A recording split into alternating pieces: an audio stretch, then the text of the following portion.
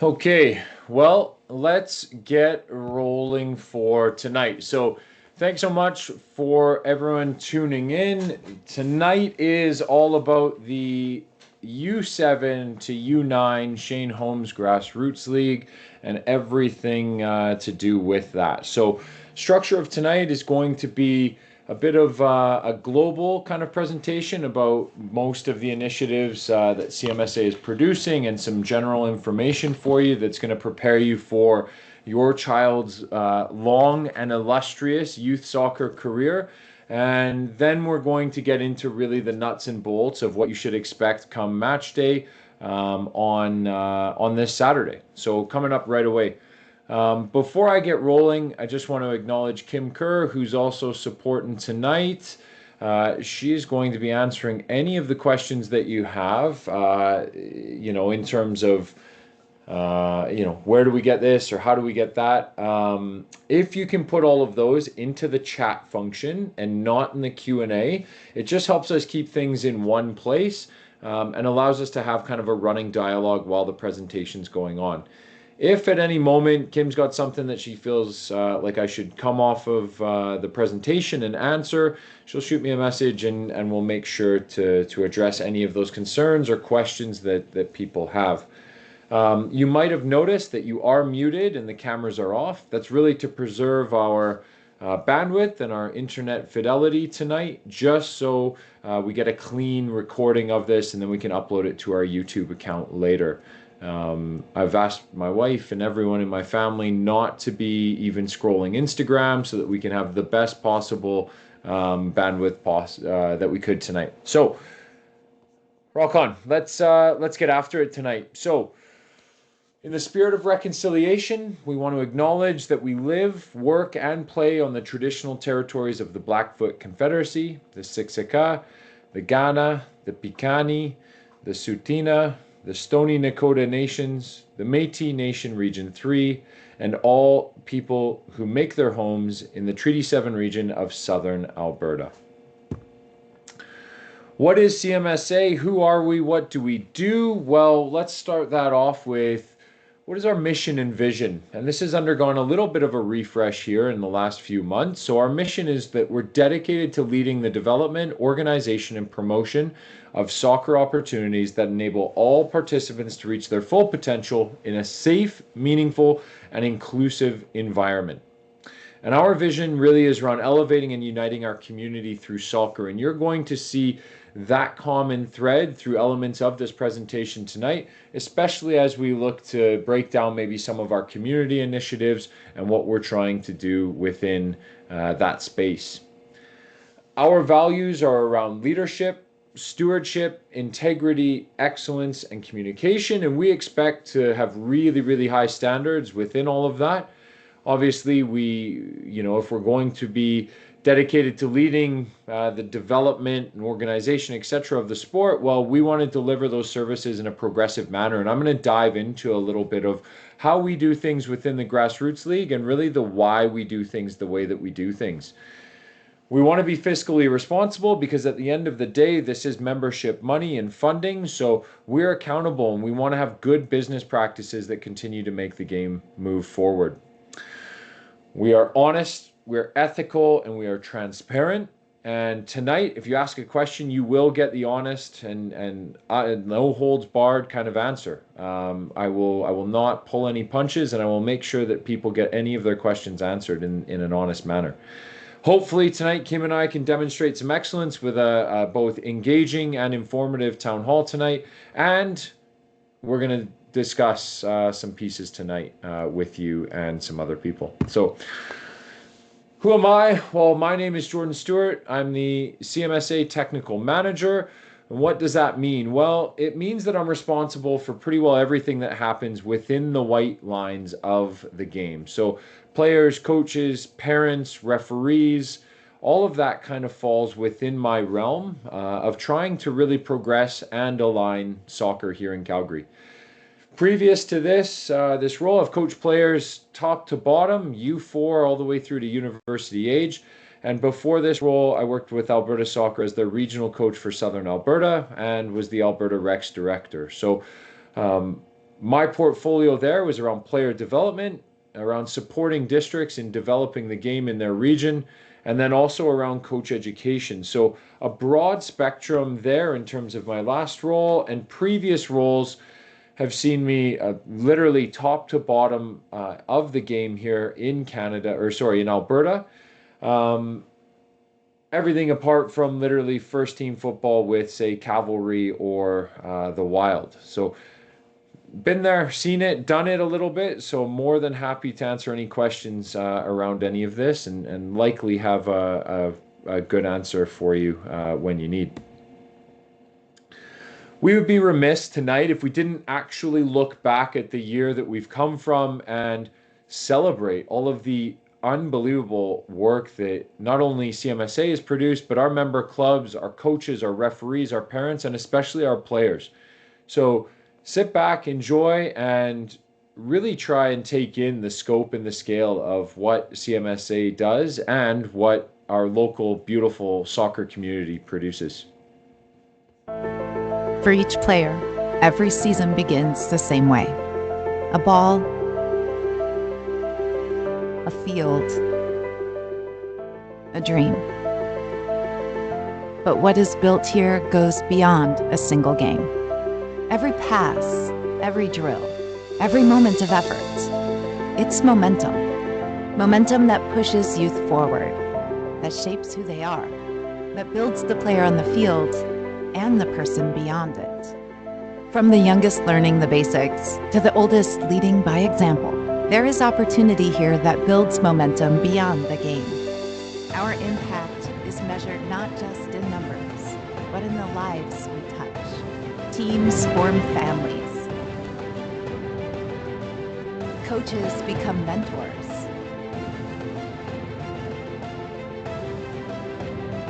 Players grow into leaders.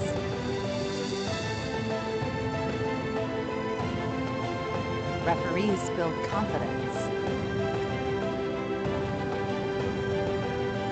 And a community comes together, united by the love of the game. Momentum isn't just what happens on the field. It's the doors we open, the barriers we remove, and the belief that every child deserves a place to play.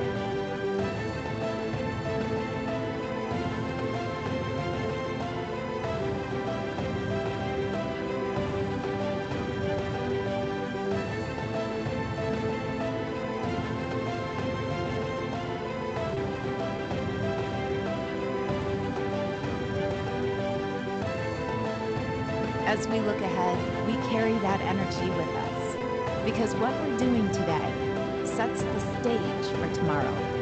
The effort, the teamwork, the passion. It all builds momentum for what's next. This is more than indoor and outdoor soccer.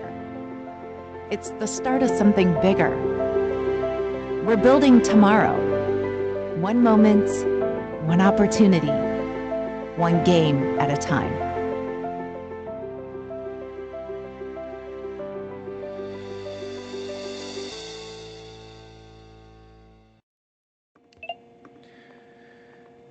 And that's really where we feel like we're at. We have this tremendous momentum pushing us through into 2026 and into a massive year for the game in Canada here and especially locally as well.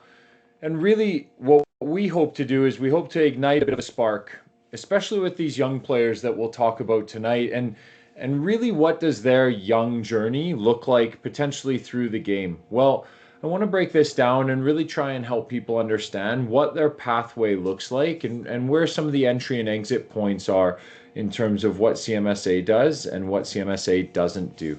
So on your screen, you've got the Canada Soccer Player Pathway, and all of your kids will be right in here.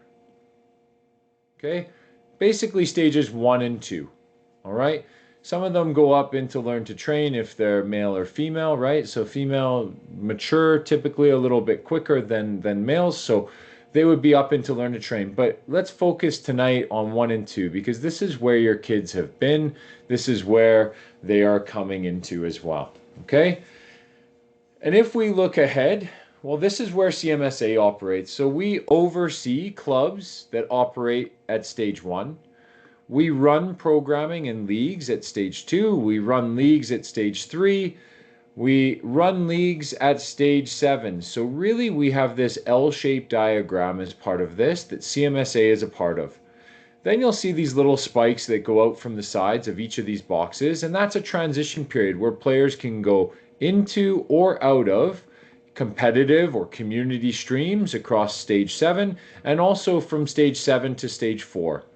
Someone's going to say, wait a minute, you can go from stage 7 to stage 4. Well, what these stages refer to is long-term player development and the Active for Life framework from Sport Canada and Own the Podium. Development leagues are where your kids might flow into when they start to become under 14, so about 13 years old. And if they've got some ability and are really interested, well, maybe they might go into U15 national teams, professional club academies like the Wild, the Whitecaps, or Cavalry, and then flow up through into professional academies, youth national teams, and all the way up into senior professional football with the Wild, the Whitecaps, Cavalry, or senior national teams, where you'll see this word, win, is the only place it's referenced in the entire player pathway. Even at a League One, or formerly League One, the Alberta Premier League, even at university, college, NCAA, or USL, and UWS, it's still about competing. And yes, winning is important, don't get me wrong, but it is not the end-all be-all. And listen, for the vast majority of us, we hope to then flow up into the senior levels, so the AMSL, the Alberta Major Soccer League, Calgary United Soccer Association, and Calgary Women's, that really this is around the adult pathway then to either be community, so showing up, playing for fun, or still competitive and wanting to compete. Hope that gives you a bit of a breakdown into what their journey is going to or could look like without all of those scribbles obviously all over it. I'll erase all of that to make it a little clearer for you. And so what underpins all of this, and I referenced it very quickly there, but it's around long-term player development. And this was developed in 2008, 2009, that time frame. And really it's starting to show its age, and Canada Soccer is undergoing a refresh of this right now to long-term development. I think it's either 2.0 or 3.0 that they're coining it, right? So your children will go through this. And what happened is this gave a good framework of what formats, what durations, what goal sizes, what field sizes, and what coaches should be focused on in these ages and stages. Well, Canada Soccer refined that a little bit more and produced what's called the grassroots standards. And we'll dive into this a little bit more shortly. So if I'm thinking about it from your side, those are frameworks that build out what the game should look like and how it should be delivered on the grass. And so to help that alignment and that delivery, CMSA produces the program handbook every year. And we produce this for the outdoor season in the December previous to the outdoor. Why do we produce it so early? Well, we give it to the club so that they can base their registration packages off of this document and make sure that it's aligned in terms of the dates, in terms of the fees, etc. This is freely available on our website, and I would ask you to actually go and find that and look to see two things. Is it accurate, and is it aligned to what you registered with? Because it's really explicit what we expect, and there's definitely some gaps there that we know and we are trying to close. Part of the other way that the system is trying to create alignment is through club licensing. And club licensing is a Canada Soccer run program that is supported by the provincial sport organization. So here, Alberta Soccer. And so what club licensing does is it's a set of criteria that clubs need to satisfy in order to stay involved in soccer. And I don't want you to think about it as levels, like there's lower levels and higher levels. There are stages that clubs go through. Okay, so the first stage would be SQS, or Quality Soccer Provider licensing. They have to satisfy over 30 criteria in order to receive that license. Our National Youth Club license holders have gone through a couple other levels, and they have to satisfy over 140 criteria to hold that license.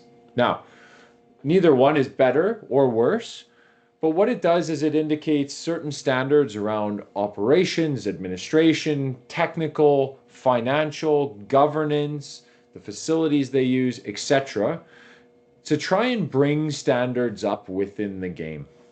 Okay?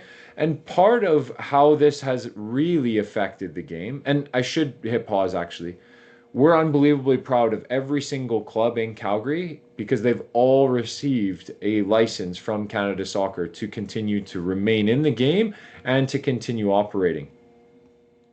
But what's the impact of this club licensing stuff? Well, club licensing really, especially at an SQS level, brought in minimum coaching standards.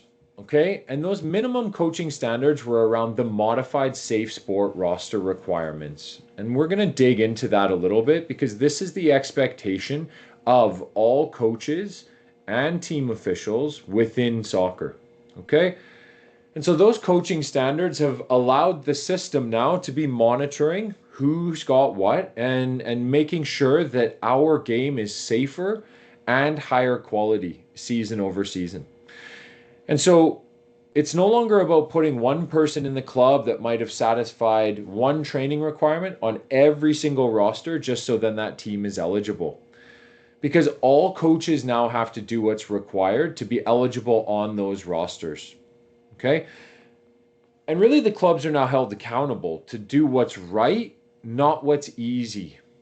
And this is not a threat, but it's a reality that their willingness to adhere to basic standards will largely determine their longevity within soccer here in Calgary and in Canada. And so what are some of those coaching standards? Well, we produced this little table for coaches to follow that hopefully it's as easy to follow as we can make it, but if there are gaps there, I'm happy to explain it. Previously in CMSA, that was the requirement for coaching within the age groups that we're talking about tonight. We wanted a police clearance and we wanted respect in sport to be completed. And respect in sport is about addressing bullying, abuse, harassment, and discrimination within sport. So a good overview of trying to kick out some of those awful and horrible behaviors. What club licensing did, and really SQS did, was it made it that there was a required educational component for the theory of working with players of this age. So what does that mean? It's the generalization of socially what they're like, of physically where their bodies are developing. It's giving them tools and resources to produce better training sessions. And then we highly recommend that the coaches come and they take a practical course where they work with a learning facilitator and they get some extra tools in their toolbox so they can continue to produce even better environments. And so the dates on your screen are the courses that we're offering, and you can see a couple of them are coming up really, really quickly in May. So if there's coaches on the line, I would encourage you to be curious and to come out and to do one of these practicals with us because it is a fantastic resource, and there are literally very few negative complaints. In fact, I'm sure if there were negative complaints, we'd probably just give you your money back and say, sorry about that. Sorry that it wasn't as high standards as we wanted. Here you go. We also try to produce some additional coach education. And while lots of this is around maybe higher levels or older ages of the game, there's still some really good resources that we have on our website in terms of the technical culture series. So that's our attempt to upskill coaches and technical directors and really club staff as well, informally. So on their lunch breaks and producing webinars that we bring in national and international experts to discuss what they're doing and how they're doing things. And of course, we have a coach's code of conduct where this is embedded deeply in our rules and our regulations, and this is what we would ask you to evaluate your behavior against and also to adhere to. These can be found in the rules and regs, and I'm not going to go through them one by one, pardon me, but I would encourage you to be looking this up and looking to adhere to these. We also have parent codes of conduct and we have player codes of conduct as well. Okay? So important that you look that up. And really, I'll have a quick conversation around this because, especially at these really young, fledgling age groups, we need to be beacons of positivity and support within sport. We are going to be the champions of what pro social norms look like and what positive sport parenting behavior looks like. Because if you're on this call, you now know that yelling at other coaches or being argumentative with other fans or parents or spectators or making fun of children or yelling at kids is simply not acceptable. And it's not something we want in the game either. And really, all of us are going to set the standard of what's acceptable and not acceptable. So this year, if you're choosing to wrestle with pigs, well, the pig is going to like it, obviously. They're going to get something out of it. And you're just going to get covered in you know what. So I would encourage you to elevate your behavior, to make sure that we're exhibiting those pro-social norms and supporting your child and being understanding that everything's not going to be perfect, and supporting your children through disappointment and being elated for them when they have success. Okay, I'm going to pause there and just ask him if there's anything that I need to address or come off of the chat. No, nothing. Everything's good. Perfect. Quiet group tonight. Okay. Well, I want to chat quickly about what CMSA's role is and what your club's role is, because typically we get a lot of questions around this. Okay. So I'm going to dive in just a little bit, especially for those new to soccer and wondering what the heck is going on. Okay. So CMSA, we organize all the match days and matches in your season schedule. Now, if you look online, it probably doesn't have an opponent. Okay, it probably has a time. Because when you show up at the match day venue, it'll tell you what field to go to, etc. And I'm going to get into that here in a moment. Your club is the one who organizes all of your child's team practices and training sessions and sorts all of that out. So if you don't know when any of the practices are, you need to contact the club that you registered for. Okay? In terms of placement, okay, CMSA works with the member clubs to put all the teams in the most fitting divisions. All right. Now, within the Grassroots League, all the U7s play together, all the U8s, all the U9s. There are open rosters, and I'll talk to what that looks like and feels like on match day within the 7s to 9s. Your club is the one that places your child onto a team within their club. Okay? Clubs do this differently within the Grassroots League, and I'll talk maybe a little bit about what good practice might look like and where we're trying to move the game. Okay? Good practice would look like groups are open, that there isn't a fixed roster, that your child is on this team with this coach and they never experience any other environment or get mixed up or don't change coaches at all. And someone's going to say, well, why is that bad? That's what I grew up with. I grew up with one coach. I had a great time, blah, blah, blah. Right? What about all the other people that don't have a great coach? Why are we leaving our player development and player experience and retention completely to chance? That you're lucky that you got me as your coach and you're unlucky that you got that other person as your coach. And that determines your child's sporting experience. So you'll see clubs that do things differently. And I would say maybe do things in a slightly better or more progressive way, where you'll show up and they'll make the match day groups with a certain coach on site based on who's there. Okay? Now someone's going to say, oh, well, how do they get to know the kids and camaraderie and this and that? And listen, the kids are the ones that figure that out. And this is about life skills at some level. Okay? We don't need to have fixed rosters and set teams for kids to enjoy the game. Coaches, we put the coaches through formal coach training, those practical pieces that we were talking about. Your club is the one that finds, retains, and develops the coaches. So if you're going, Well, I don't know who's coaching. You need to contact your club. And your club is probably reaching out to you, asking if someone wants to volunteer to coach. Now, you all know that there's certain standards and requirements that's needed for the coaches. So if your club's not even asking you to submit a police clearance, that should be an enormous red flag for you that the club is not organized and that the club really does not care about providing a safe sporting environment for your child. So what does that mean? It means find a new club as quickly as you possibly can.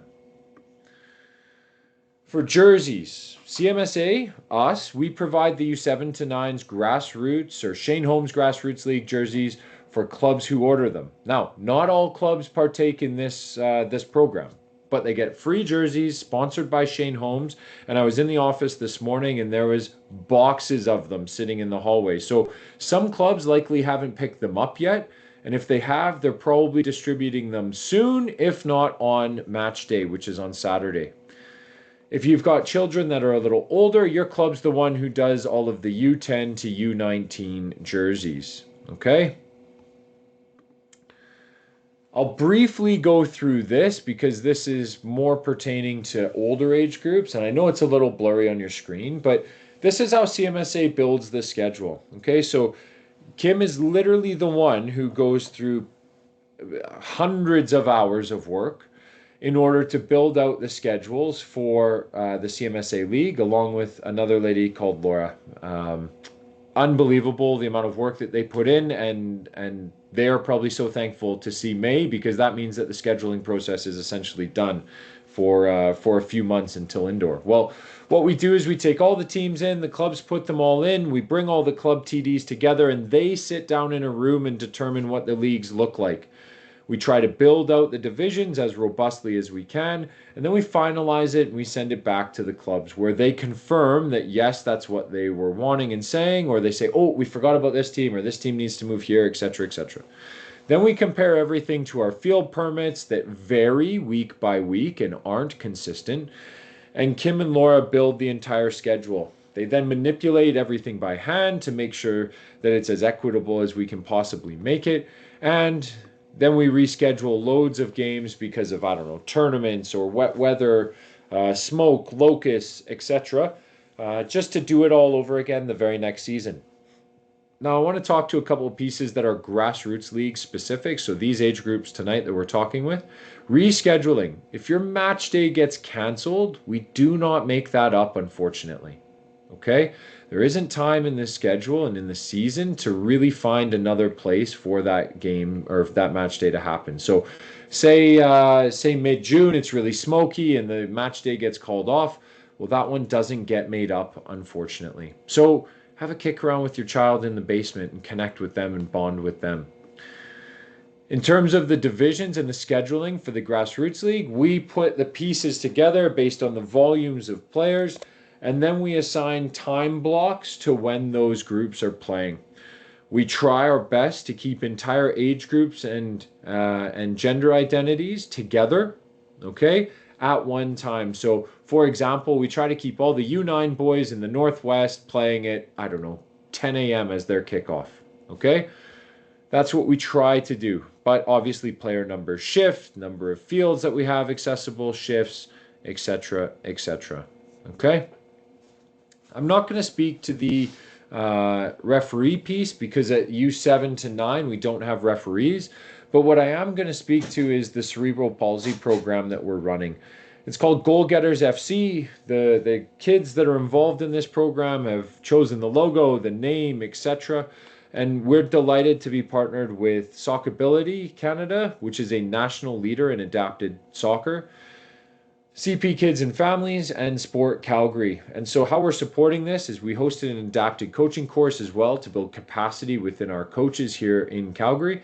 And we're constantly recruiting for really trying to break down barriers and include other people within soccer. And so our outdoor program for this kicks off really quickly here in about a month's time. It's a 10-week program, so if you know of anyone or one of your child has cerebral palsy or an acquired brain injury, please bring them out. We have a literal national leader running this program on a weekly basis, and we would love to continue to impact more children with this program. Another program that we're running, and maybe we've been in your child's school already, maybe we're coming to it, we will see, is the Soccer in Schools program, where we've recently partnered with Cavalry FC to build out this partnership a little more robustly as well. And so Cavalry FC have joined on through the Spruce Meadows Leg Up Foundation, and they've really tried to bolster and support and enhance this wonderful program. So what we do is we come in, we do a week-long residency to the schools that's completely free of charge. We bring in our member clubs, and we really have three goals through this. It's one, upskill teachers so that the physical education modules get better. And so that when soccer rolls around, that teacher has got some tools in their toolbox that they can use to have the kids have a great experience. The second one is obviously to promote soccer and to bring kids into the game. And the third is around connecting our member clubs deeper within the community and ensuring that they do have a social responsibility with those schools that are in their predominant catchment areas. Okay, Cavalry then comes in, they've got kind of player visits and appearances, the mascot shows up, they've got workbooks, and they have been a fantastic addition to this program.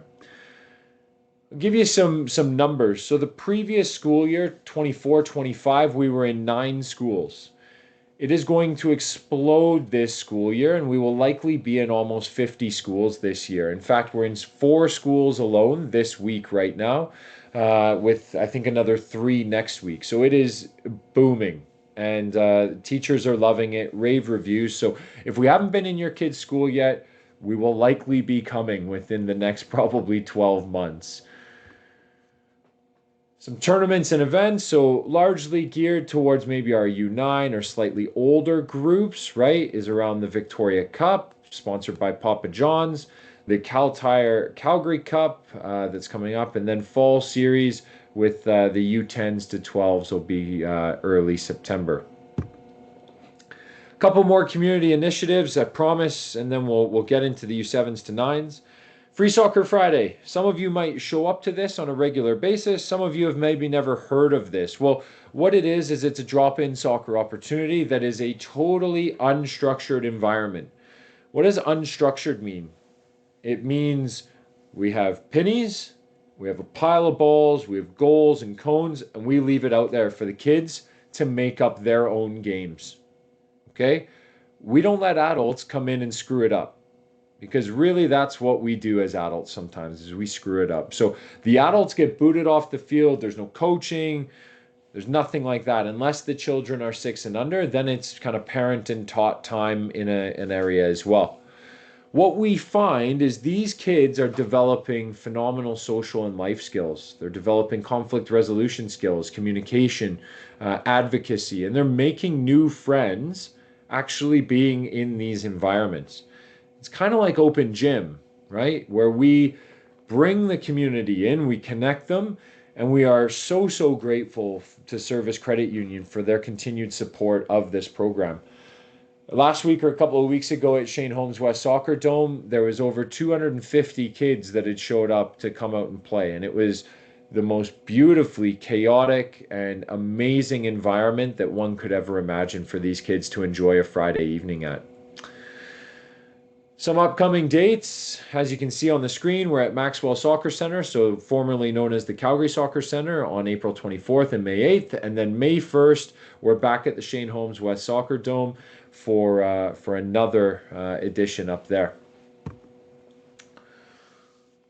We want to make everyone aware of the lightning and adverse weather policy that is in place.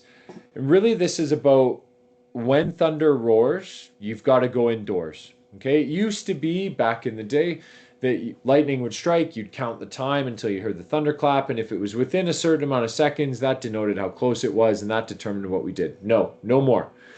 If you hear thunder, you're going inside, and it's a minimum of 30 minutes that starts until you can get back out.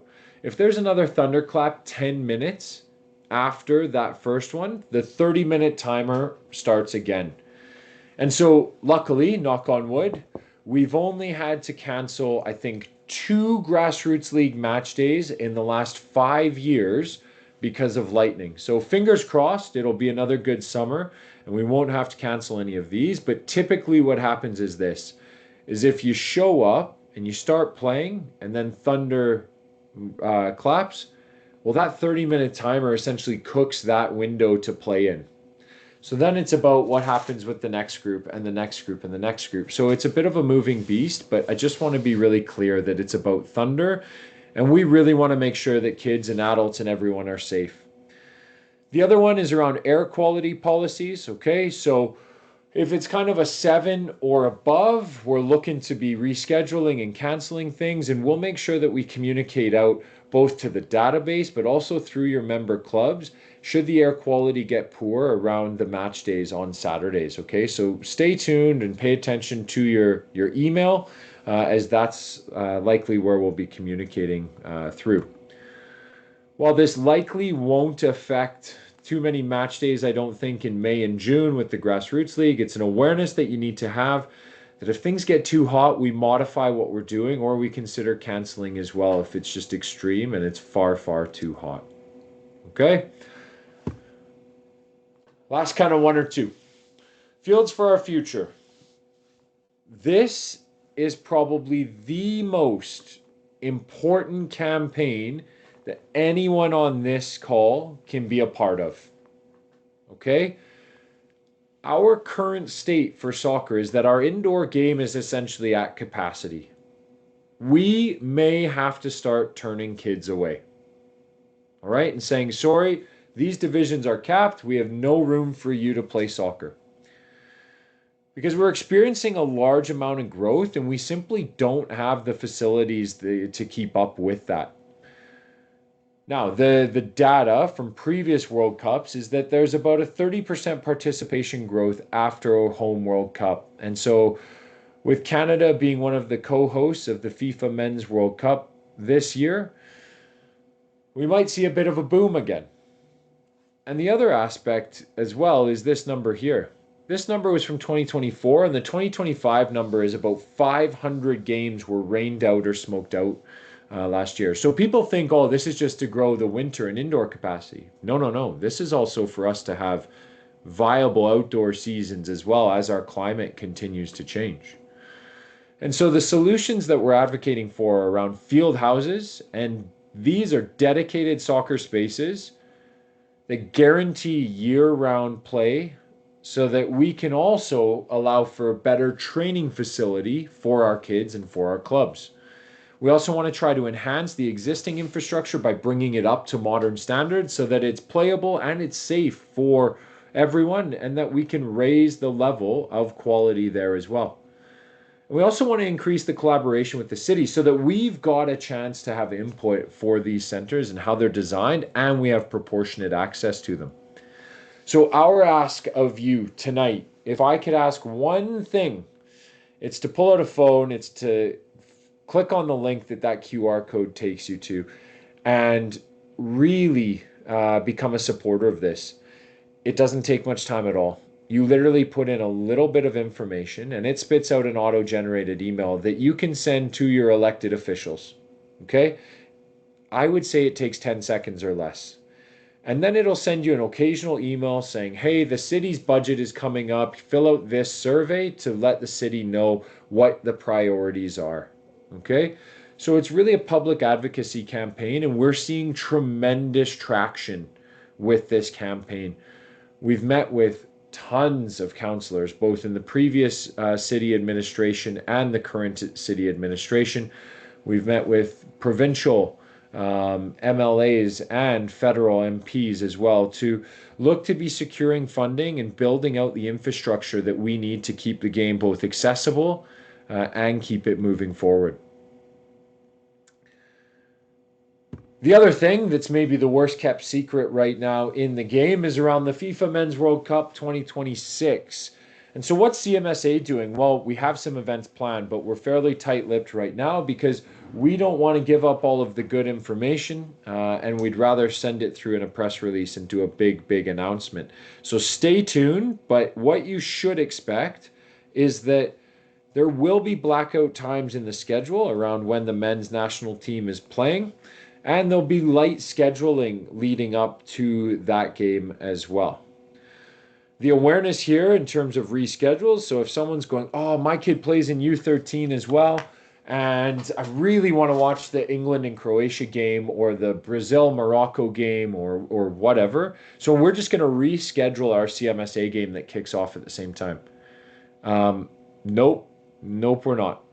We're not accepting any of those reschedule requests because our season is already so condensed that even with these blackout times and light scheduling, it's putting us under even more pressure. Okay, so those will be denied if you try to submit those as a team official. We're also giving our clubs grants. So we're giving them funding to go out and activate within the community. And again, I talked about elevating and uniting the community. In trying to do that on a really local and grassroots basis, to give back and to make sure that they are involved in their community. And part of what helps us propel all of this is this beast from the South Center Volkswagen Crew. It's the community cruiser that you will see out at lots of events from CMSA. South Center Volkswagen have provided us a wonderful Volkswagen Atlas that you'll hopefully sit in and check out. And honestly, please, if you're in the market for a new vehicle, go check out these guys and what they have to offer, because they are massive supporters of not only soccer in Calgary, but the grassroots game, especially here in Calgary. Okay, I'm going to come up for air one more time and just ask Kim if there's anything in the chat. There is not. It's Wow. very quiet. Wow, this is amazing. So I know. just to confirm, people can type and enter things into the chat. I'm actually going to test and make sure that it's working. Okay, so I think so. test. There we go. We'll see what happens now. It works. This is unprecedented and it feels a little awkward. I'm not going to lie to everyone on the call, but away we go. Let's talk about this. The Shane Holmes Grassroots League. So U7s to U9s.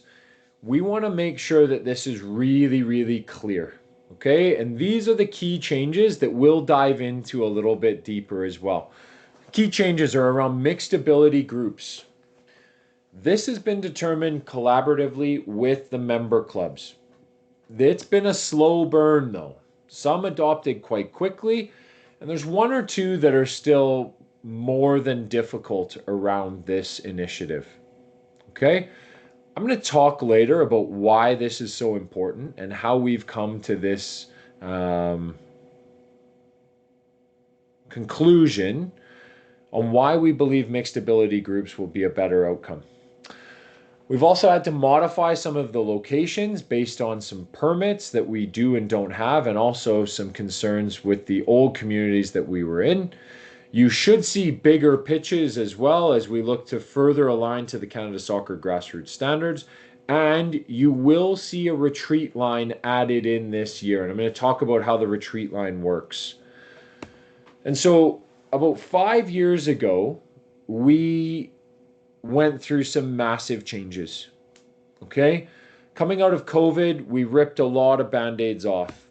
And part of it was because we started to analyze what was going on. Okay, you'll see here that this is up until outdoor 2024 in terms of data. We haven't put in 25 and we haven't put in indoor 25, 26 yet. But here's what we saw. We saw worrying trends. And if we go back to, say, COVID time, and even coming out of COVID, to this dark blue line here. Okay, so this is where we started in terms of our analysis. You can see that there were bad things happening within the game. Okay? Why is this one a massive increase from the U7s to 9s? Well, we made it mandatory that clubs needed to register their house league programs as well. Okay? So they get put in as well. So you'll see a massive jump there, but largely not representative for a big increase in terms of the grassroots league participation. But we saw worrying trends about downward retention rates, and it was quite concerning, okay? Especially when we start to see 23, 47% decreases up until outdoor 2024, okay? So we knew that those current structures at the time weren't keeping kids in the game. And the data also showed that it was doing a really poor job at producing elite top level professional players, because this data is from about 15 years ago, before Canadian Premier League was launched. But that was about the number of professional male players that we had, and number of professional, actually just professional players that we had. We were the 10th largest country in the world in terms of the number of youth players that we had registered.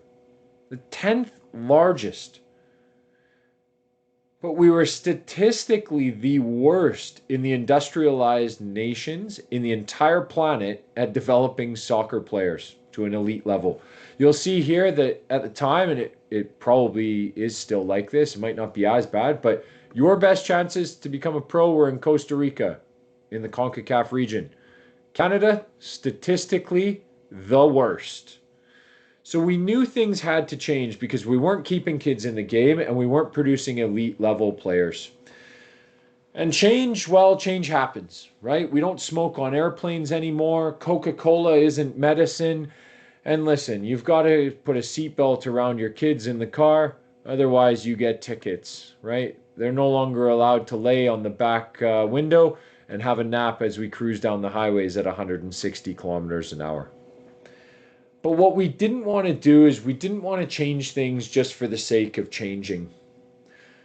We wanted to improve things, and we wanted to operate on this side of this image. Because we knew that those structures weren't facilitating the achievement of desirable objective, like providing sport for all and developing elite athletes. So what did we do? Well, we examined things. We examined things on how the game was satisfying mental, social, emotional outcomes within kids, and how that was propelling technical, tactical, and physical outcomes. And we acknowledge that it's wrapped up in a cultural context here within Calgary. And if we don't get it right, that we don't have participation, which then we don't have progression, and we don't have performance within the game either. And so what we did is we looked at the system, and we looked at the environment, and we looked at the personal levels within the game. Because we know that if we affect things at a system level, the environment changes. And ultimately, who gets affected? Well, the player and the human at the middle of it. And they're affected by the opponents, by social media, by their peers, by pathway opportunities, by pro clubs, by their club, and we can impact these other pieces. So we are a small part of all of this impact and all of these levels and layers.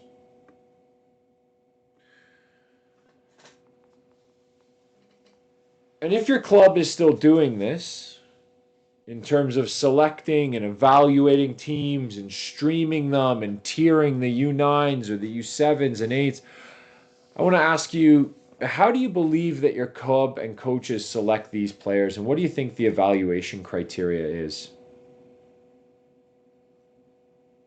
Well, if the one word that came into your mind was skill, you're probably right. And that is purely subjective at this point. And Canada Soccer did a massive survey, and they found that 50% of these coaches said that skill was how they selected players, just based on perception of an 8-year-old. But all of the research around talent ID, talent development, talent selection shows literally no correlation between skill or performance at these young ages and elite level performance later on. So the real question is why do we continue to do this?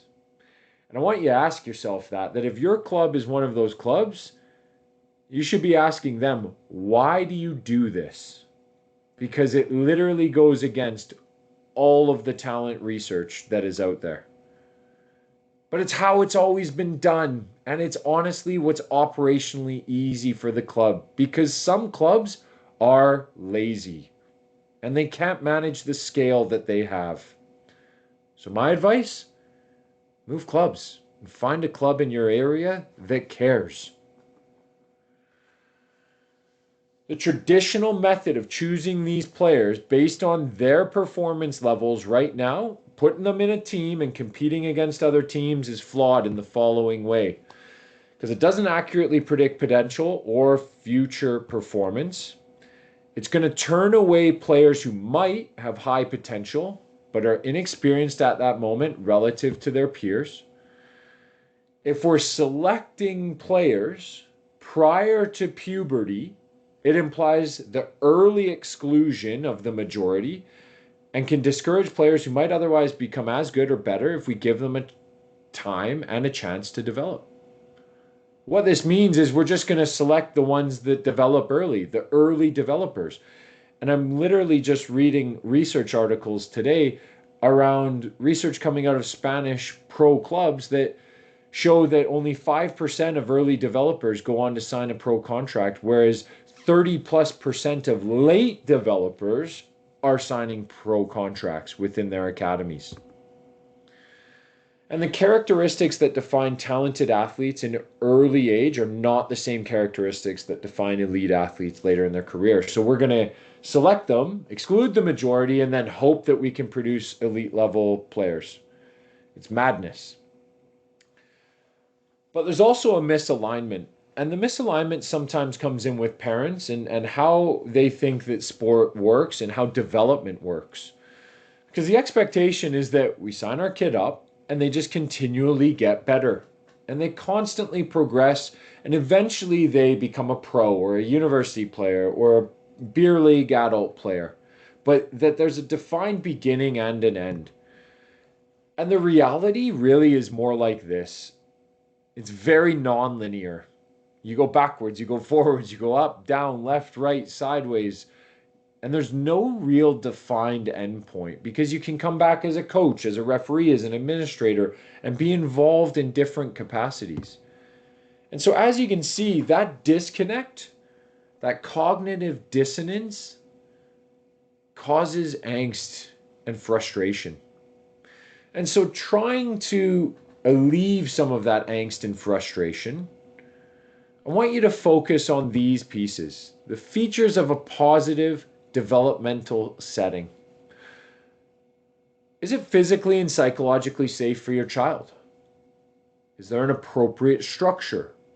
Are there supportive relationships and it feels like a community?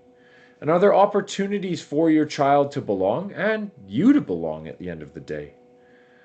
Does the club and environment, do the coaches model pro-social norms? And it's not just this gladiatorial, macho version of sport where it's about winning and performance and I'm better than you. Is there support for efficacy and mattering? Are there opportunities for your kids to build skills? And do they integrate or consider family and school and the community in their efforts in what they're trying to do? Okay?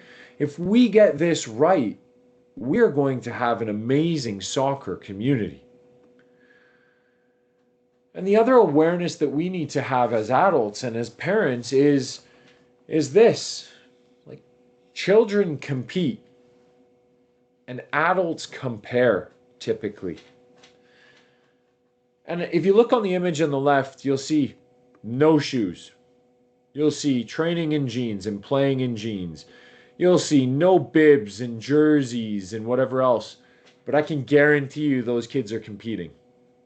I can guarantee you they know what the score is. Does it matter? No. But they will compete, and it's our job to let them compete. It's our job not to compare, because comparison is the thief of joy. And this can be a joyous time in the game, I promise. The other piece that we need to be aware of is oftentimes we see competition in the role of master, and thus it doesn't serve the athlete in their long-term development. The competition, the match day, the games is a very small component of value, and it's a very small piece of the developmental process. The training environment, the social climate from the coach is vital. The games are a cherry on top. Okay? And I said that I would talk about the Canada Soccer grassroots standards. Okay? So what we did is we went to work, really, and to a place that we said we want to align to this. We want to be compliant because this is what best practice is looking like. And places like England are turning to Canada now and are going, oh, what are they doing? That's really interesting. We're going to do that. Germany implemented this same style of play that Calgary has had for 5 years, and they're just starting to implement it. So maybe we're 5 years ahead of a world superpower like Germany in the game. I don't know, but maybe.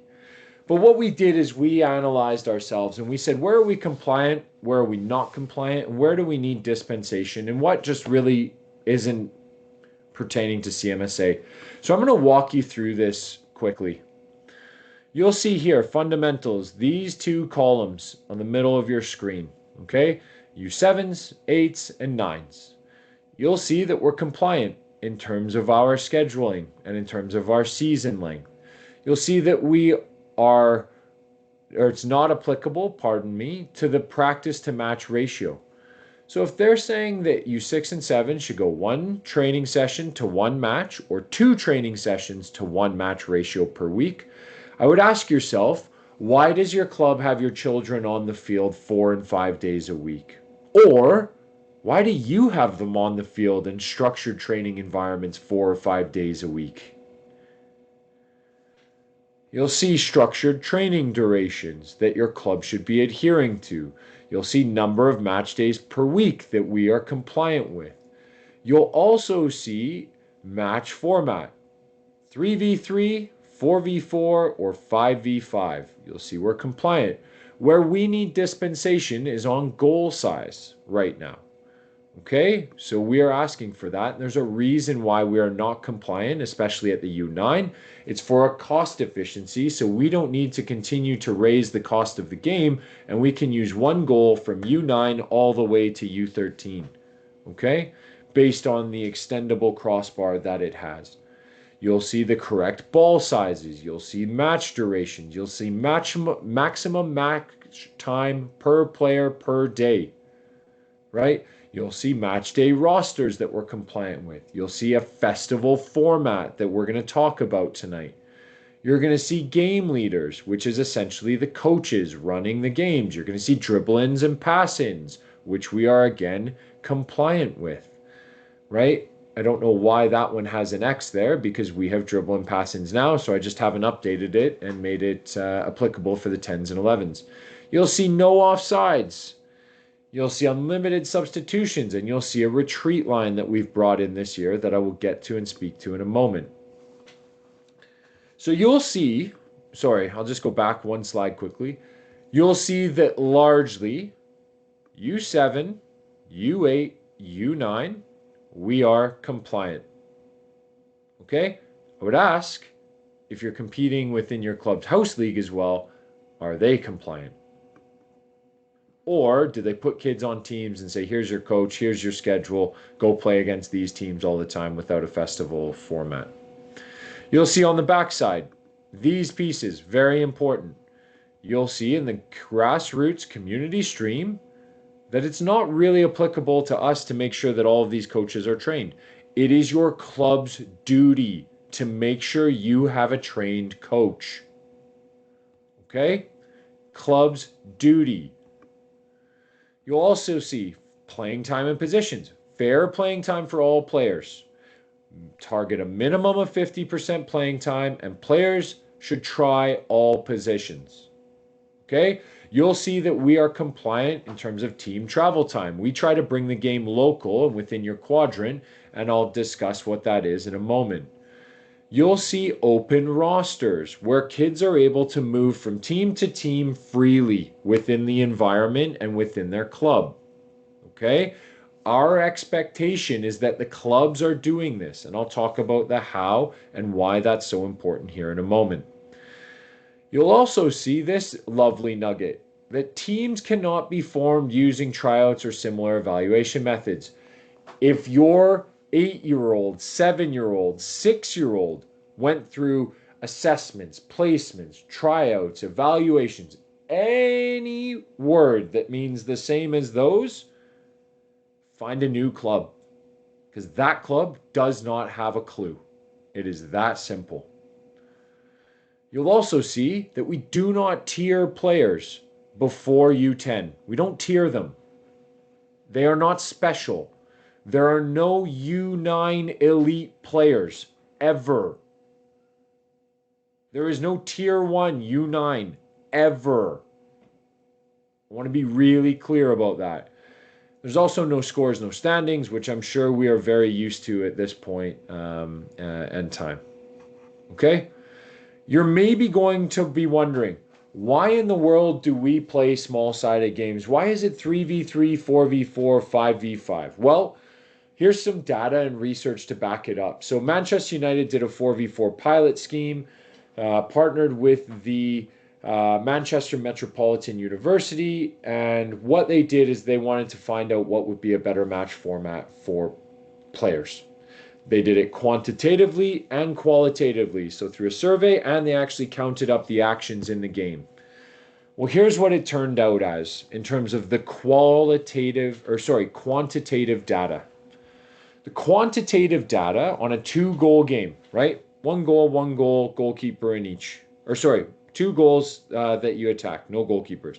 Line ball, a line that you dribble or pass over to score. A goalkeeper game, 2 goals with a goalkeeper in each. 4-goal game where you defend 2 goals and you attack 2 goals. And then 8v8. Okay? Look at this.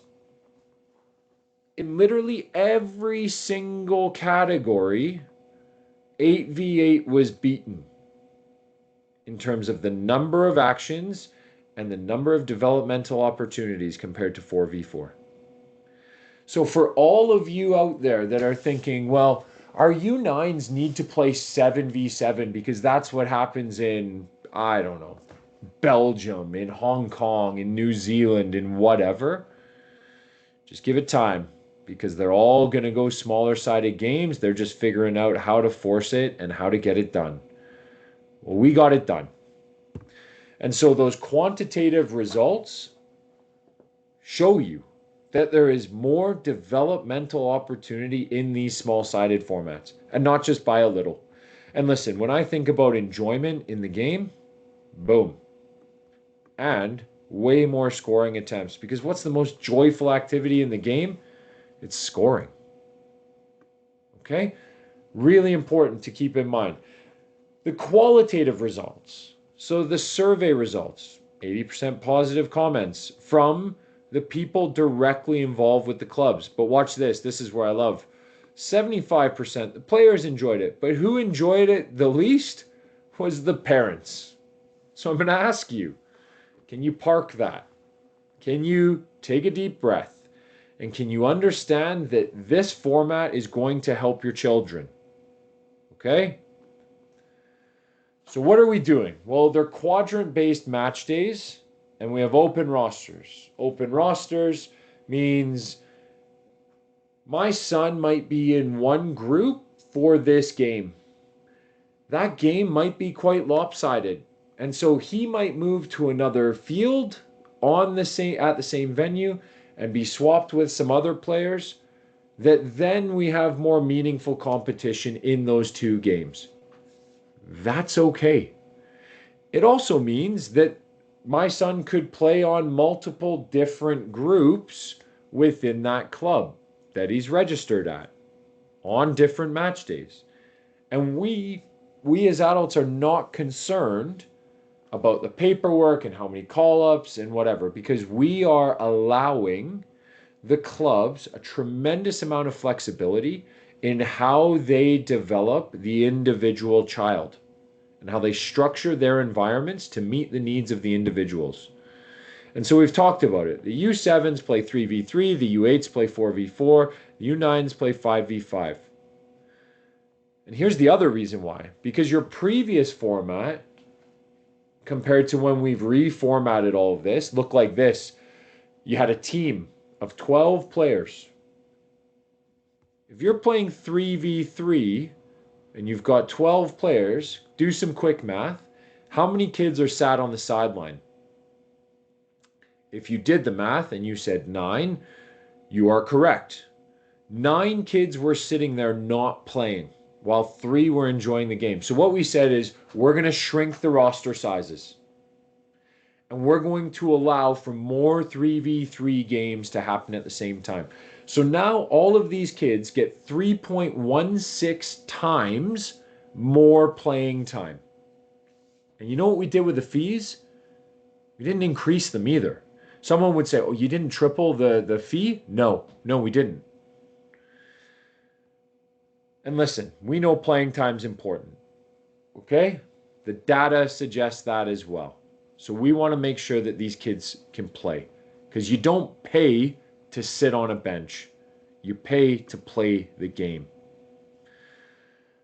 We also want to make sure that the game is connected locally. And that's why we produce match day quadrants, because we're trying to foster a sense of community and connection and make the game very accessible, because that helps to establish the necessary social climate to motivate children to develop, and for parents, honestly, to stay involved, because then it's easier to stay involved.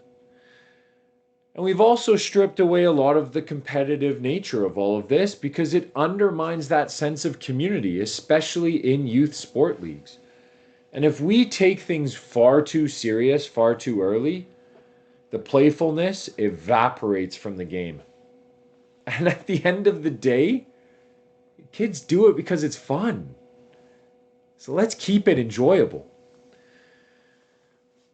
3v3, dribble in or pass in to restart. What does that mean? Well, the dribble and pass in is if the ball goes out one of the sidelines, we're not going to see throw-ins.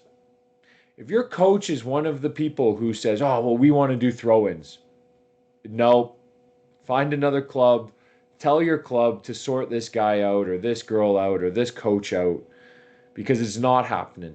We want as many actions as we possibly can that are going to develop their fundamental skills. Putting the ball down, striking it for a pass, or dribbling it for a 1v1 are fundamental actions that these children need to develop. A throw-in is not a fundamental action. And if anyone wants to debate me on that, I'm happy to stay behind and debate until the cows come home on that one. They will play 3 20-minute matches on each match day. And when the goal is scored, whatever that team or whoever that team was that scored, they drop off to behind the retreat line, which is the halfway line on the field, while the other team gets the ball out of their net, and then they look to play. There's not going to be formal kickoffs. We used to have it that they would run back and touch their goal and then resume play. No, just get behind the retreat line and look to play again. Okay? The U8s, very similar, except for a 4v4 match format without goalkeepers. Now, someone here is going to write me an email, and it's going to sound like this. Hey, I was at my child's match day, blah, blah, blah, and this team had a goalkeeper in goal, and it was totally unfair. Maybe, yeah. The goals are 4 feet tall by 6 feet wide. You're right. A kid standing in them does take up a fair amount of that goal. Well, what if that child receives a ton of joy and wants to be a goalkeeper and loves it, and that's where they find connection and purpose in the game? Just let them play in goal. It's not that big of a deal. And so the response email that you're going to get from me is not going to be that kind. I'm not going to lie, because it's not our job to take the joy and the playfulness out of the game. The U9s, okay, and sorry, the U8s, I should say as well, they also have the retreat line, okay? The U9s, 5v5, including a goalkeeper, so a goalkeeper and 4 outfield players, dribble in, pass in. They play 2 25-minute matches on each match day. They've got formal kickoffs after goals, the retreat lines included, and again, they operate in a no scores, no standings manner. So you can see incrementally, it looks and smells and feels more like the game at each age group. Incrementally. They will get there eventually. Okay? Your match days are all on your screen. Okay, so we kick off in a few days. We know that. And then every Saturday, except for the May long weekend through the summer. Okay?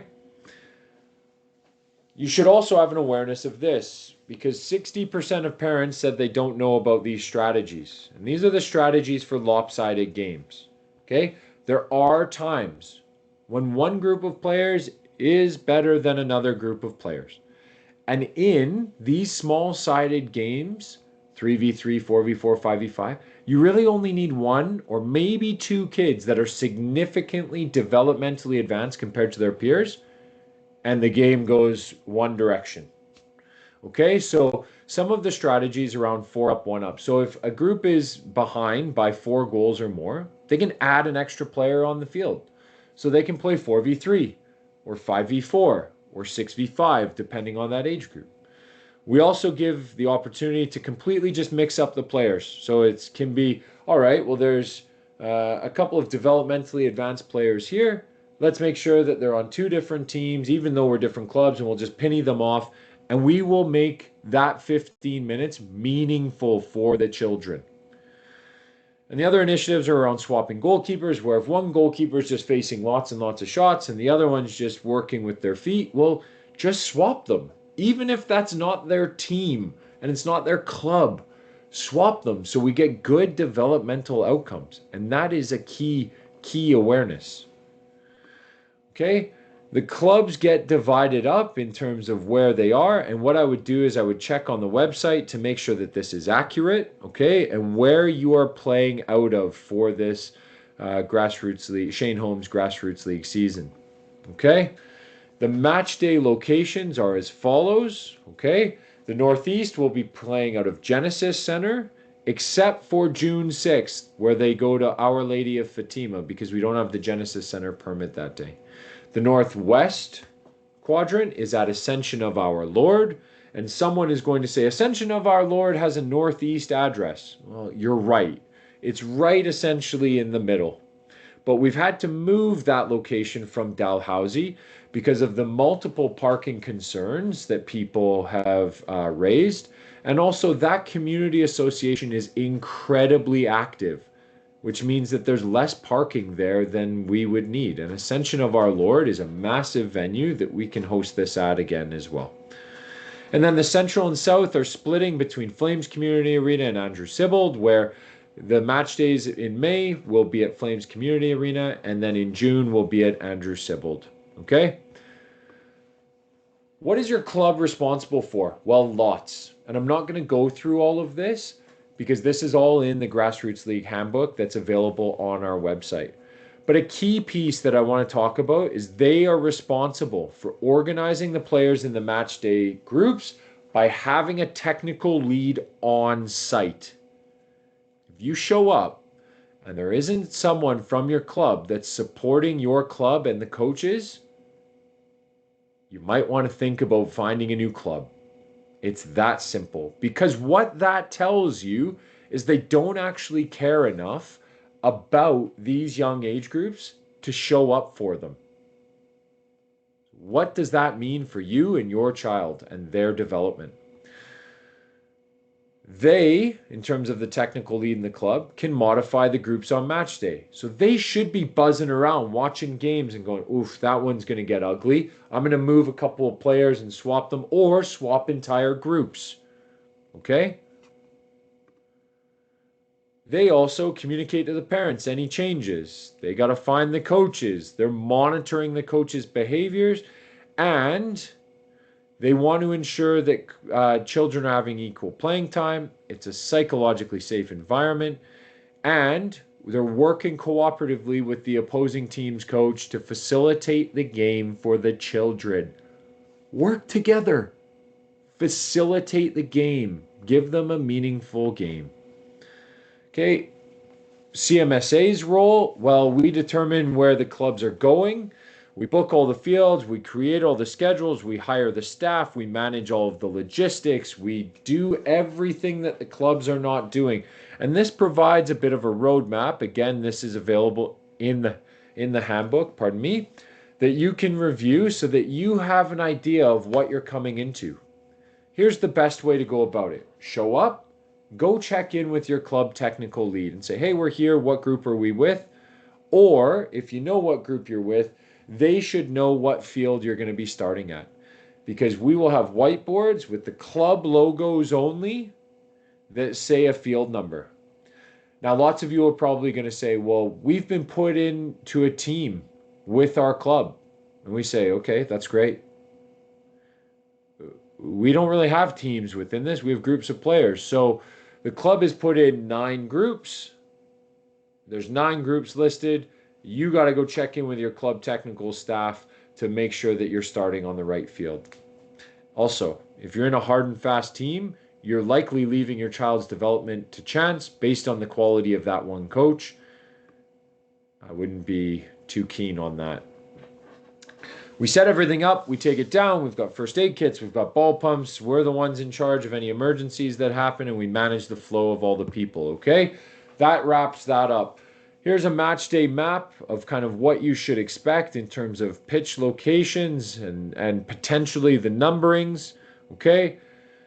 For the Genesis Center, this is kind of what it looks like up there. And then for Our Lady of Fatima, oh, sorry, typo, it's not June 4th, it's June 6th there on that one. For the Flames Community Arena in May, this is largely what that looks like across the 2 fields that are there. And also for Andrew Sibbald, which this is the school, Andrew Sibbald here. Okay, so we use these pitches predominantly for those events. Okay, last bits, and then we'll send you on your way to get back to Dancing with the Stars or Survivor or whatever you're watching tonight. So the retreat line. Well, why do we need a retreat line? Well, the ever-evolving world of soccer means that we've got to prepare these young players for the future game. And modern and potentially future styles of the game are going to revolve around maintaining possession of the ball with coordinated build-up from the goalkeeper. What does that mean? Well, it means we're trying to keep the ball and progress up the field by keeping the ball. We also know that the game's getting faster and that players are going to have to make the required appropriate decisions based on lots of cues from the match while maintaining possession of the ball through the field under constant pressure. We know this. This is coming. And again, I go back to the model that I produced earlier and showed you earlier in this presentation, because this is how we're evaluating things. And so what are some of those outcomes that we would look at to see if the retreat line was successful? And you can go back through the recording of this on YouTube if you'd like to read this in more detail. But these are key pieces for us, okay? Key pieces, because if we get this right, the rest of this comes alive and ignites. And so there's been lots of studies done with this, okay? The Scottish FA did a retreat line study where you can see the U9s, when it's used, right? When it's not used, right? How the passing sequence results in less than 3 passes when it's not used. So it's constantly in transition. The ball's turned over all the time. Well, how's that preparing them for a future state of the game? But when it is used, you get sequences of passes. Okay? You do get sequences. If the first pass is long from the retreat line, oftentimes it's resulting in less than 3 passes. So again, when we talk about coordinated build-up from the back and possession, well, this is what we want. We want sequences of passes. We don't want them just lumping it and then hoping for the best. New Zealand also had lots of data and lots of research around the retreat line. Okay? You can review this on your own. You can do this independently. You can see that I am not just fabricating numbers. Okay? But there's an increase in playing out of the back when it's used. Okay? An increase in controlled possession in midfield areas. That's good. and only 20% of long kicks from goal kicks or goalkeepers were successful. Okay, so why are we doing that? Teams can also regain defensive position, so tactically they can work on things even at these young ages.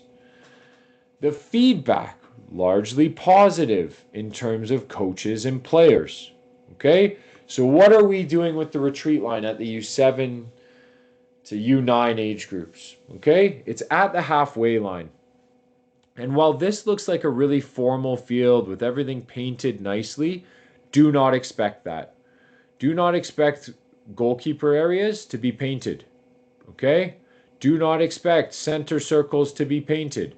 Do not expect corner arcs to be painted. Why?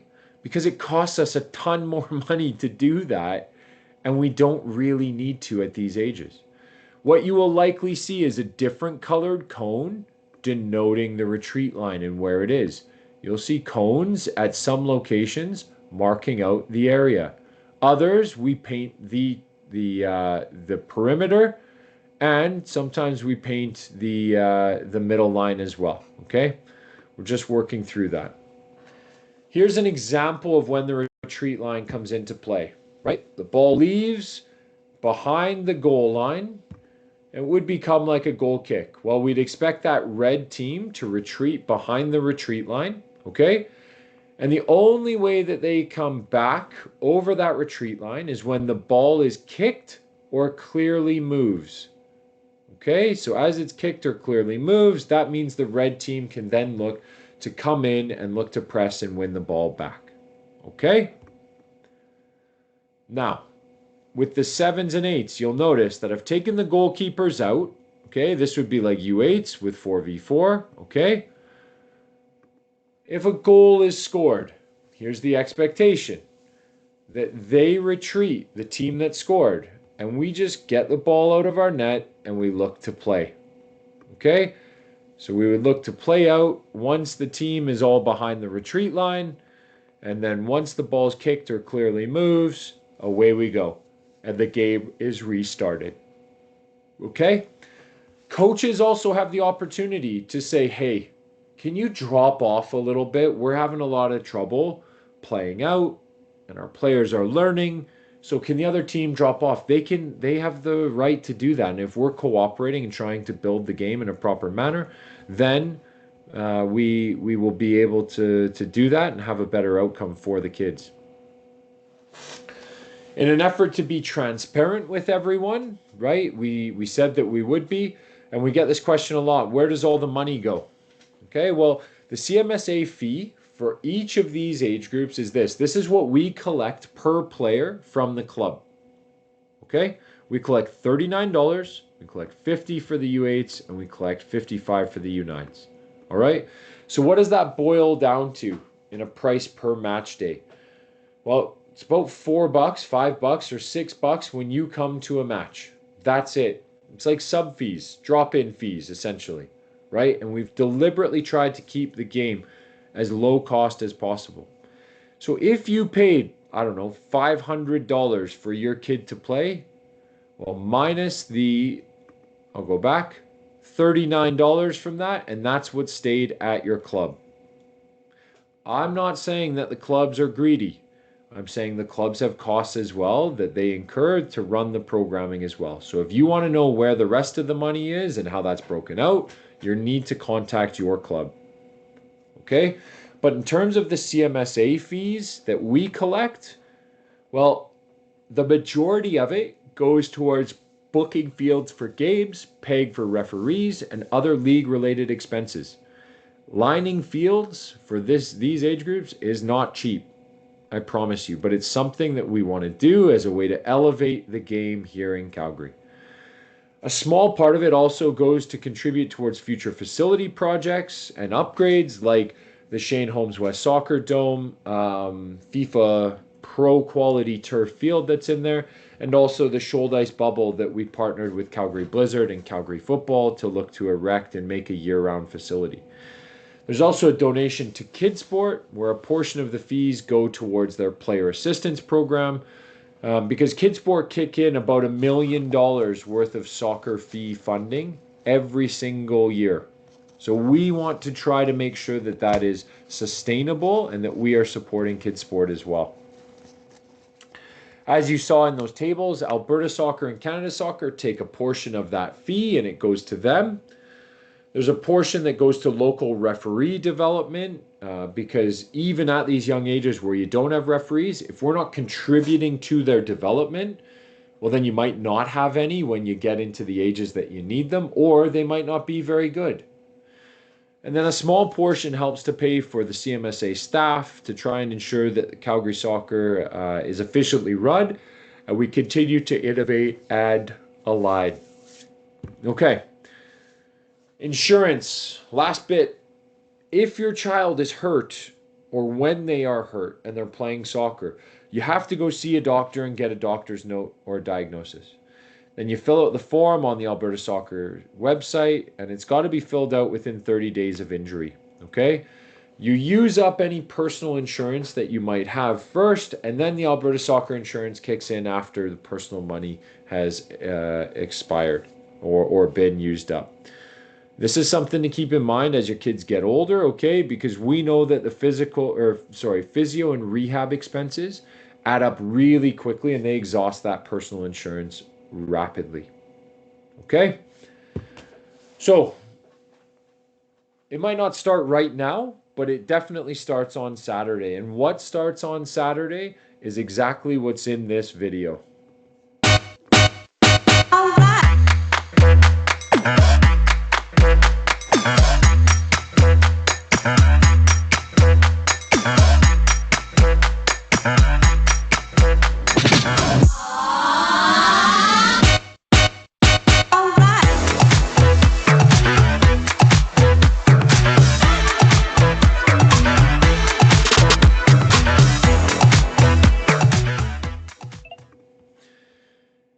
And so that's the key piece.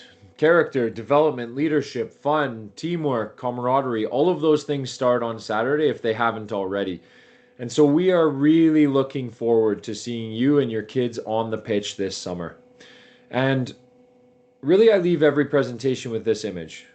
Because we used to operate in an environment like this where clubs pulled in one way and we pulled in another and the clubs pulled in different directions and everyone was doing their own thing.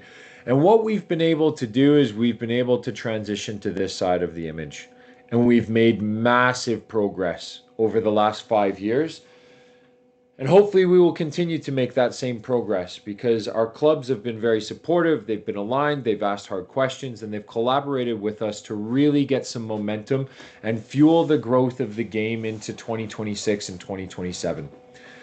So should you have questions, should you have issues, you can feel free to reach out to us at the information that's located on your screen. And you can also follow us on these social media platforms where we post content all the time.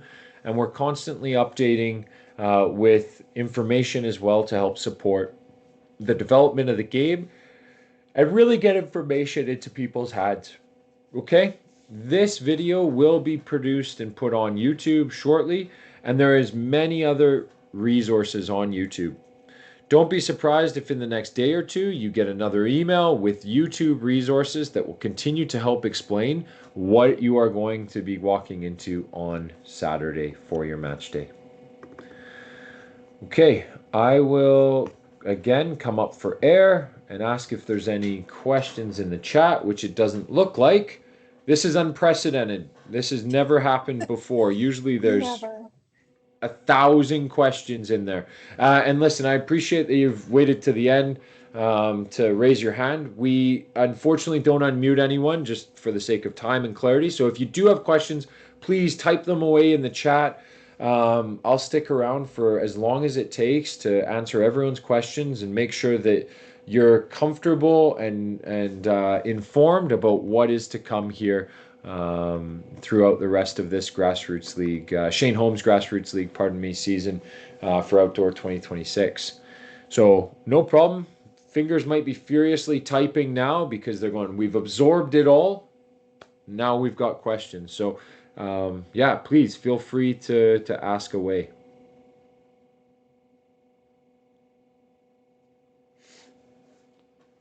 Kim, this is wild. This was too easy tonight.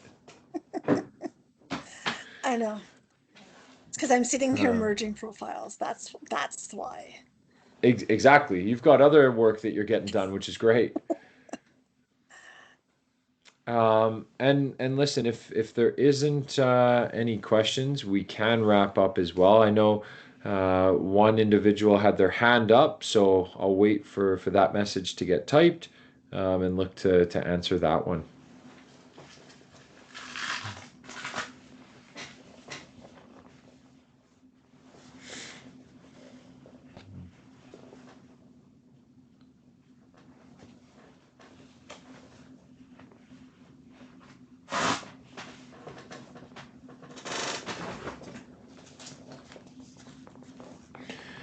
Cheers, Rob. Appreciate the kind words. We're looking forward to Saturday as well, and looking forward to it being a great day.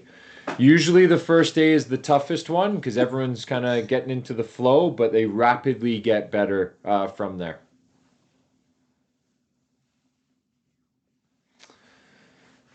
Okay, well, the individual that had their hand up has left. So if there's no further questions and no one's got anything left in their mind, then what we'll do is we'll shut things down for tonight. And once again, I'll say thank you.